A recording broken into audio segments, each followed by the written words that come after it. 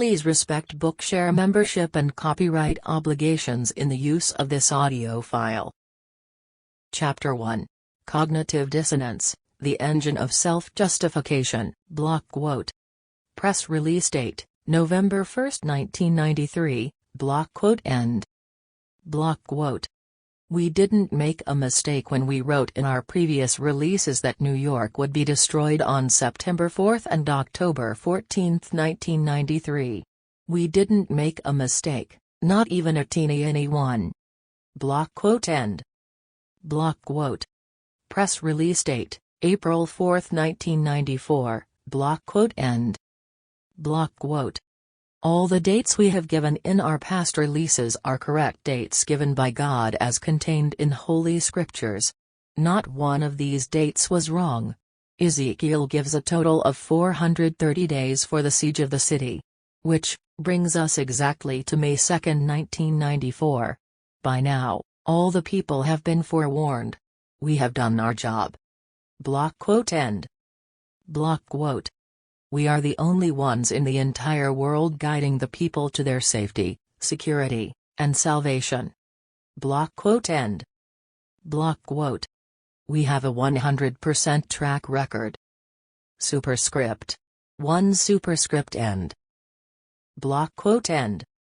It's fascinating, and sometimes funny, to read doomsday predictions. But it's even more fascinating to watch what happens to the reasoning of true believers when the prediction flops and the world keeps muddling along. Notice that hardly anyone ever says, "I blew it. I can't believe how stupid I was to believe that nonsense." On the contrary, most of the time they become even more deeply convinced of their powers of prediction. The people who believe that the Bible's Book of Revelation or the writings of the 16th century self-proclaimed prophet Nostradamus have predicted every disaster from the bubonic plague to 9/11 cling to their convictions, unfazed by the small problem that their vague and murky predictions were intelligible only after the event occurred. Half a century ago, a young social psychologist named Leon Festinger and 2 associates infiltrated a group of people who believed the world would end on December 21. Superscript. 2 superscript end. They wanted to know what would happen to the group when, they hoped, the prophecy failed. The group's leader, whom the researchers called Marian Keech, promised that the faithful would be picked up by a flying saucer and elevated to safety at midnight on December 20. Many of her followers quit their jobs, gave away their homes, and dispersed their savings, waiting for the end. Who needs money in outer space? Others waited in fear or resignation in their homes. Mrs. Keech's own husband, a non-believer, went to bed early and slept soundly through the night as his wife and her followers prayed in the living room. Festinger made his own prediction. The believers who had not made a strong commitment to the prophecy who awaited the end of the world by themselves at home, hoping they weren't going to die at midnight, would quietly lose their faith in Mrs. Keech. But those who had given away their possessions and were waiting with the others for the spaceship would increase their belief in her mystical abilities. In fact, they would now do everything they could to get others to join them. At midnight, with no sign of a spaceship in the yard, the group felt a little nervous. By 2 a.m., they were getting seriously worried. At 4:45 a.m., Mrs. Keech had a new vision. The world had been spared, she said, because of the impressive faith of her little band. "And mighty is the word of God," she told her followers. "And by his word have ye been saved, for from the mouth of death have ye been delivered, and at no time has there been such a force loosed upon the earth. Not since the beginning of time upon this earth has there been such a force of good and light as now floods this room." The group's mood shifted from despair to exhilaration. Many of the group's members, who had not felt the need to proselytize before December 21, began calling the press to report the miracle. And soon they were out on the streets, buttonholing passers-by, trying to convert them. Mrs. Keech's prediction had failed, but not Leon Festinger's. The engine that drives self-justification, the energy that produces the need to justify our actions and decisions, especially the wrong ones, is an unpleasant feeling that Festinger called cognitive dissonance.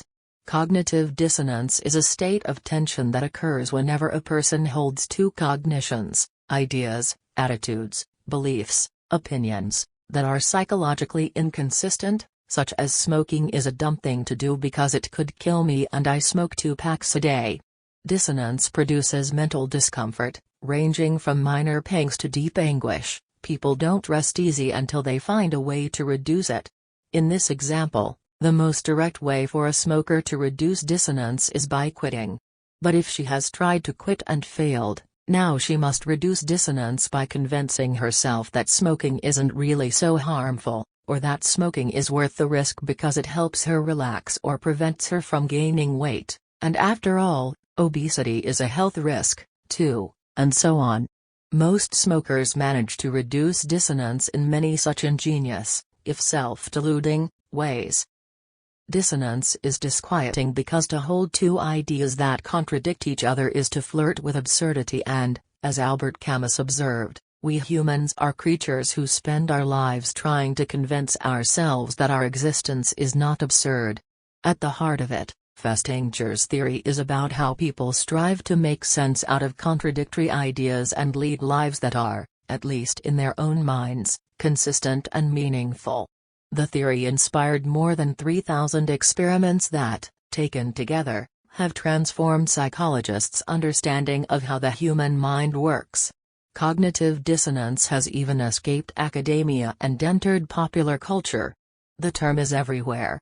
The two of us have heard it in TV newscasts, political columns, magazine articles, bumper stickers, even on a soap opera. Alex Trebek used it on Jeopardy!, Jon Stewart on The Daily Show, and President Bartlet on The West Wing. Although the expression has been thrown around a lot, few people fully understand its meaning or appreciate its enormous motivational power. In 1956, one of us, Elliot, arrived at Stanford University as a graduate student in psychology. Festinger had arrived that same year as a young professor, and they immediately began working together, designing experiments to test and expand dissonance theory. Superscript 3 Superscript End. Their thinking challenged many notions that were gospel in psychology and among the general public, such as the behaviorists' view that people do things primarily for the rewards they bring, the economists' view that human beings generally make rational decisions, and the psychoanalysts' view that acting aggressively gets rid of aggressive impulses. Consider how dissonance theory challenged behaviorism. At the time, most scientific psychologists were convinced that people's actions are governed by reward and punishment. It is certainly true that if you feed a rat at the end of a maze, he will learn the maze faster than if you don't feed him. If you give your dog a biscuit when she gives you her paw, she will learn that trick faster than if you sit around hoping she will do it on her own. Conversely, if you punish your pup when you catch her peeing on the carpet, she will soon stop doing it. Behaviorists further argued that anything that was merely associated with reward would become more attractive. Your puppy will like you because you give her biscuits, and anything associated with pain would become noxious and undesirable. Behavioral laws do apply to human beings, too, of course. No one would stay in a boring job without pay. And if you give your toddler a cookie to stop him from having a tantrum, you have taught him to have another tantrum when he wants a cookie. But, for better or worse, the human mind is more complex than the brain of a rat or a puppy. A dog may appear contrite for having been caught peeing on the carpet, but she will not try to think up justifications for her misbehavior. Humans think, and because we think, dissonance theory demonstrated that our behavior transcends the effects of rewards and punishments and often contradicts them. For example, Eliot predicted that if people go through a great deal of pain, discomfort, effort, or embarrassment to get something, they will be happier with that something than if it came to them easily. For behaviorists, this was a preposterous prediction. Why would people like anything associated with pain? But for Eliot, the answer was obvious: self-justification. The cognition that I am a sensible, competent person is dissonant with the cognition that I went through a painful procedure to achieve something, say, joining a group that turned out to be boring and worthless. Therefore, I would distort my perceptions of the group in a positive direction, trying to find good things about them and ignoring the downside. It might seem that the easiest way to test this hypothesis would be to rate a number of college fraternities on the basis of how severe their initiations are, and then interview members and ask them how much they like their fraternity. If the members of severe initiation fraternities like their frat brothers more than do members of mild initiation fraternities, does this prove that severity produces the liking? It does not. It may be just the reverse. If the members of a fraternity regard themselves as being a highly desirable, elite group, they may require a severe initiation to prevent the riffraff from joining. Only those who are highly attracted to the severe initiation group to begin with would be willing to go through the initiation to get into it. Those who are not excited by a particular fraternity but just want to be in one, any one, will choose fraternities that require mild initiations. That is why it is essential to conduct a controlled experiment. The beauty of an experiment is the random assignment of people to conditions. Regardless of a person's degree of interest at the outset in joining the group, each participant would be randomly assigned to either the severe initiation or the mild initiation condition. If people who go through a tough time to get into a group later find that group to be more attractive than those who get in with no effort, then we know that it was the effort that caused it, not differences in initial levels of interest. And so Eliot and his colleague Judson Mills conducted just such an experiment. Superscript 4 Superscript End. Stanford students were invited to join a group that would be discussing the psychology of sex, but before they could qualify for admission, they would first have to pass an entrance requirement. Some of the students were randomly assigned to a severely embarrassing initiation procedure. They had to recite, out loud to the experimenter, lurid, sexually explicit passages from Lady Chatterley's Lover and other racy novels. For conventional 1950s students, this was a painfully embarrassing thing to do. Others were randomly assigned to a mildly embarrassing initiation procedure, reading aloud sexual words from the dictionary. After the initiation, each of the students listened to an identical tape recording of a discussion allegedly being held by the group of people they had just joined. Actually, the audio tape was prepared in advance so that the discussion was as boring and worthless as it could be. The discussants talked haltingly, with long pauses, about the secondary sex characteristics of birds' changes in plumage during courtship, that sort of thing. The taped discussants hemmed and hawed, frequently interrupted one another, and left sentences unfinished. Finally, the students rated the discussion on a number of dimensions. Those who had undergone only a mild initiation saw the discussion for what it was, worthless and dull, and they correctly rated the group members as being unappealing and boring. One guy on the tape, stammering and muttering, admitted that he hadn't done the required reading on the courtship practices of some rare bird, and the mild initiation listeners were annoyed by him. What an irresponsible idiot. He didn't even do the basic reading. He let the group down. Who'd want to be in a group with him? But those who had gone through a severe initiation rated the discussion as interesting and exciting and the group members as attractive and sharp. They forgave the irresponsible idiot. His candor was refreshing.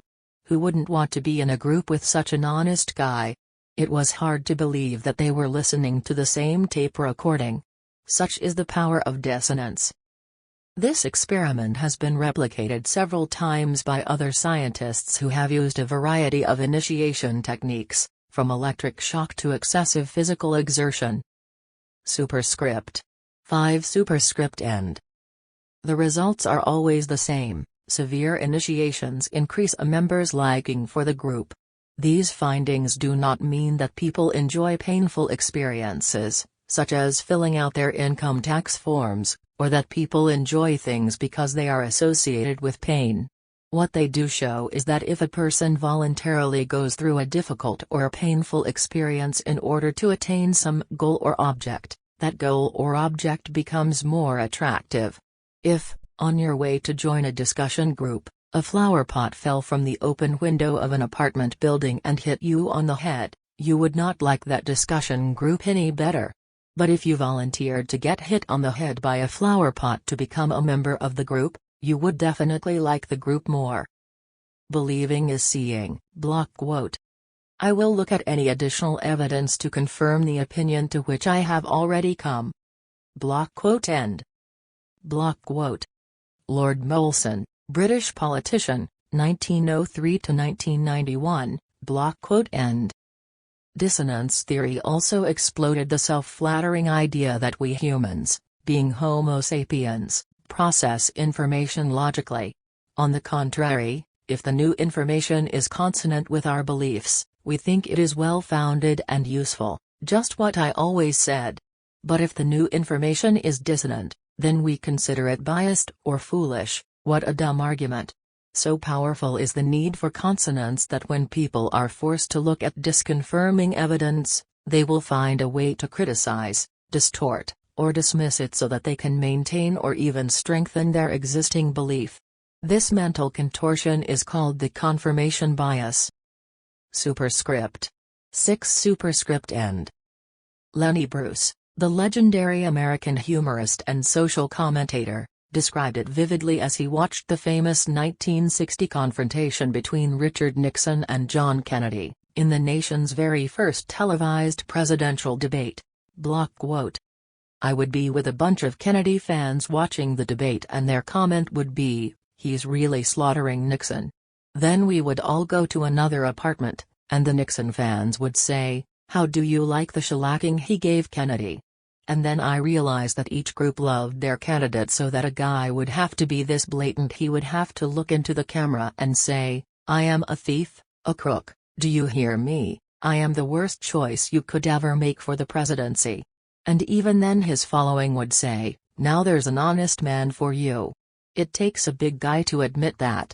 There's the kind of guy we need for president. Superscript 7 Superscript end. Block quote end. In 2003, after it had become abundantly clear that there were no weapons of mass destruction in Iraq, Americans who had supported the war and President Bush's reason for launching it were thrown into dissonance. We believed the president, and we, and he, were wrong. How to resolve this? For Democrats who had thought Saddam Hussein had WMDs, the resolution was relatively easy. The Republicans were wrong again. The president lied, or at least was too eager to listen to faulty information. How foolish of me to believe him. For Republicans, however, the dissonance was sharper. More than half of them resolved it by refusing to accept the evidence, telling a Knowledge Network's poll that they believed the weapons had been found. The survey's director said, for some Americans, their desire to support the war may be leading them to screen out information that weapons of mass destruction have not been found. Given the intensive news coverage and high levels of public attention to the topic, this level of misinformation suggests that some Americans may be avoiding having an experience of cognitive dissonance. You bet. Superscript 8 Superscript end. Neuroscientists have recently shown that these biases in thinking are built into the very way the brain processes information. All brains, regardless of their owner's political affiliation. For example, in a study of people who were being monitored by magnetic resonance imaging, MRI, while they were trying to process dissonant or consonant information about George Bush or John Kerry, Drew Weston and his colleagues found that the reasoning areas of the brain virtually shut down when participants were confronted with dissonant information, and the emotion circuits of the brain lit up happily when consonance was restored. Superscript 9 Superscript end. These mechanisms provide a neurological basis for the observation that once our minds are made up, it is hard to change them. Indeed, even reading information that goes against your point of view can make you all the more convinced you are right. In one experiment, researchers selected people who either favored or opposed capital punishment and asked them to read 2 scholarly, well-documented articles on the emotionally charged issue of whether the death penalty deters violent crimes. One article concluded that it did, the other that it didn't. If the readers were processing information rationally, they would at least realize that the issue is more complex than they had previously believed and would therefore move a bit closer to each other in their beliefs about capital punishment as a deterrence. But dissonance theory predicts that the readers would find a way to distort the two articles. They would find reasons to clasp the confirming article to their bosoms, hailing it as a highly competent piece of work. And they would be supercritical of the disconfirming article, finding minor flaws and magnifying them into major reasons why they need not be influenced by it. This is precisely what happened. Not only did each side discredit the other's arguments, each side became even more committed to its own. Superscript 10 Superscript End. The confirmation bias even sees to it that no evidence, the absence of evidence, is evidence for what we believe. When the FBI and other investigators failed to find any evidence whatsoever for the belief that the nation had been infiltrated by satanic cults that were ritually slaughtering babies, believers in these cults were unfazed. The absence of evidence, they said, was confirmation of how clever and evil the cult leaders were. They were eating those babies, bones and all. It's not just fringe cultists and proponents of pop psychology who fall prey to this reasoning. When Franklin D. Roosevelt made the terrible decision to uproot thousands of Japanese Americans and put them in incarceration camps for the duration of World War II, he did so entirely on the basis of rumors that Japanese Americans were planning to sabotage the war effort. There was no proof then or later to support this rumor. Indeed, the Army's West Coast commander, General John DeWitt, admitted that they had no evidence of sabotage or treason against a single Japanese American citizen. The very fact that no sabotage has taken place, he said, is a disturbing and confirming indication that such action will be taken. Superscript 11 Superscript End. Ingrid's choice, Nick's Mercedes, and Elliot's canoe. Dissonance theory came to explain far more than the reasonable notion that people are unreasonable at processing information. It also showed why they continue to be biased after they have made important decisions. Superscript 12 Superscript End. Social psychologist Dan Gilbert, in his illuminating book Stumbling on Happiness, asks us to consider what would have happened at the end of Casablanca if Ingrid Bergman did not patriotically rejoin her Nazi-fighting husband but instead remained with Humphrey Bogart in Morocco. Superscript 13 Superscript End. Would she, as Bogart tells her in a heart-wrenching speech, have regretted it? Maybe not today, maybe not tomorrow, but soon, and for the rest of your life? Or did she forever regret leaving Bogart? Gilbert marshals a wealth of data to show that the answer to both questions is no, that either decision would have made her happy in the long run. Bogart was eloquent but wrong, and dissonance theory tells us why. Ingrid would have found reasons to justify either choice, along with reasons to be glad she did not make the other. Once we make a decision, we have all kinds of tools at our disposal to bolster it. When our frugal, unflashy friend Nick traded in his 8-year-old Honda Civic on a sudden impulse and bought a new, fully loaded Mercedes, he began behaving oddly. For Nick, he started criticizing his friend's cars, saying things like, "Isn't it about time you traded in that wreck? Don't you think you deserve the pleasure of driving a well-engineered machine? And you know, it's really unsafe to drive little cars. If you got in an accident, you could be killed. Isn't your life worth an extra few $1,000s? You have no idea how much peace of mind it brings me to know that my family is safe because I'm driving a solid automobile." It's possible that Nick simply got bitten by the safety bug and decided, coolly and rationally, that it would be wonderful if everyone drove a great car like the Mercedes. But we don't think so. His behavior, both in spending all that money on a luxury car and in nagging his friends to do the same, was so uncharacteristic that we suspected that he was reducing the dissonance he must have felt over impulsively spending a big chunk of his life's savings on what he would once have referred to as just a car. Besides, he was doing this just when his kids were about to go to college, an event that would put a strain on his bank account. So Nick began marshalling arguments to justify his decision. "The Mercedes is a wonderful machine, I've worked hard all my life and I deserve it, besides, it's so safe." And if he could persuade his cheapskate friends to buy one too, he would feel doubly justified. Like Mrs. Keach's converts, he began to proselytize. Nick's need to reduce dissonance, like Ingrid's, was increased by the irrevocability of his decision. He could not unmake that decision without losing a lot of money. Some scientific evidence for the power of irrevocability comes from the clever study of the mental maneuverings of gamblers at a racetrack. The racetrack is an ideal place to study irrevocability because once you've placed your bet, you can't go back and tell the nice man behind the window you've changed your mind. In this study, the researchers simply intercepted people who were standing in line to place $2 bets and other people who had just left the window.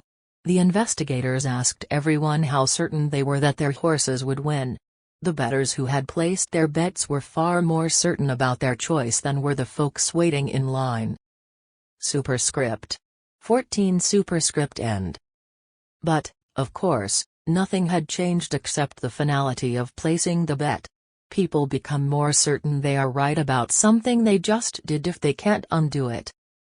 You can see one immediate benefit of understanding how dissonance works: don't listen to Nick.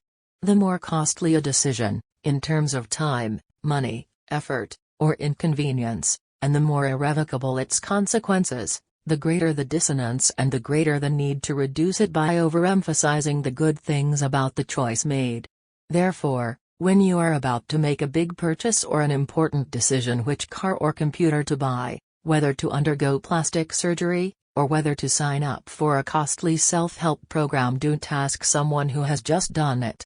That person will be highly motivated to convince you that it is the right thing to do. Ask people who have spent 12 years and $50,000 on a particular therapy if it helped, and most will say, "Dr. Welchmer's is wonderful. I would never have found true love, got a new job, lost weight, if it hadn't been for him." After all that time and money, they aren't likely to say, "Yeah, I saw Dr. Welchmer's for 12 years, and boy, was it ever a waste." If you want advice on what product to buy, ask someone who is still gathering information and is still open-minded. And if you want to know whether a program will help you, don't rely on testimonials, get the data from controlled experiments. Self-justification is complicated enough when it follows our conscious choices, at least we know we can expect it. But it also occurs in the aftermath of things we do for unconscious reasons, when we haven't a clue about why we hold some belief or cling to some custom but are too proud to admit it. For example, in the introduction we describe the custom of the Dinka and Nuer tribes of the Sudan, who extract several of the permanent front teeth of their children, a painful procedure, done with a fish hook. Anthropologists suggest that this tradition originated during an epidemic of lockjaw. Missing front teeth would enable sufferers to get some nourishment. But if that were the reason, why in the world would the villagers continue this custom once the danger had passed? A practice that makes no sense at all to outsiders makes perfect sense when seen through the lens of dissonance theory. During the epidemic, the villagers would have begun extracting the front teeth of all their children, so that if any later contracted tetanus, the adults would be able to feed them. But this is a painful thing to do to children, especially since only some would become afflicted. To further justify their actions, to themselves and their children, the villagers would need to bolster the decision by adding benefits to the procedure after the fact. For example, they might convince themselves that pulling teeth has aesthetic value, say, that sunken chin look is really quite attractive, and they might even turn the surgical ordeal into a rite of passage into adulthood. And, indeed, that is just what happened. The toothless look is beautiful, the villagers say. People who have all their teeth are ugly, they look like cannibals who would eat a person. A full set of teeth makes a man look like a donkey. The toothless look has other aesthetic advantages. We like the hissing sound it creates when we speak. And adults reassure frightened children by saying, "This ritual is a sign of maturity." Superscript 15 Superscript End. The original medical justification for the practice is long gone. The psychological self-justification remains. People want to believe that, as smart and rational individuals, they know why they made the choices they did, so they are not always happy when you tell them the actual reason for their actions. Elliot learned this firsthand after that initiation experiment. After each participant had finished, he recalls, I explained the study in detail and went over the theory carefully. Although everyone who went through the severe initiation said that they found the hypothesis intriguing and that they could see how most people would be affected in the way I predicted, they all took pains to assure me that their preference for the group had nothing to do with the severity of the initiation. They each claimed that they liked the group because that's the way they really felt. Yet almost all of them liked the group more than any of the people in the mild initiation condition did. No one is immune to the need to reduce dissonance, even those who know the theory inside out. Elliot tells this story, when I was a young professor at the University of Minnesota, my wife and I tired of renting apartments, so, in December, we set out to buy our first home. We could find only 2 reasonable houses in our price range. One was older, charming, and within walking distance from the campus. I liked it a lot, primarily because it meant that I could have my students over for research meetings, serve beer, and play the role of the hip professor. But that house was in an industrial area, without a lot of space for our children to play. The other choice was a tract house, newer but totally without distinction. It was in the suburbs, a 30-minute drive from campus but only a mile from a lake. After going back and forth on that decision for a few weeks, we decided on the house in the suburbs. Shortly after moving in, I noticed an ad in the newspaper for a used canoe and immediately bought it as a surprise for my wife and kids. When I drove home on a freezing, bleak January day with the canoe lashed to the roof of my car, my wife took one look and burst into laughter. "What's so funny?" I asked. She said, "Ask Leon Festinger." Of course. I had felt so much dissonance about buying the house in the suburbs that I needed to do something right away to justify that purchase. I somehow managed to forget that it was the middle of winter and that, in Minneapolis, it would be months before the frozen lake would thaw out enough for the canoe to be usable. But, in a sense, without my quite realizing it, I used that canoe anyway. All winter, even as it sat in the garage, its presence made me feel better about our decision.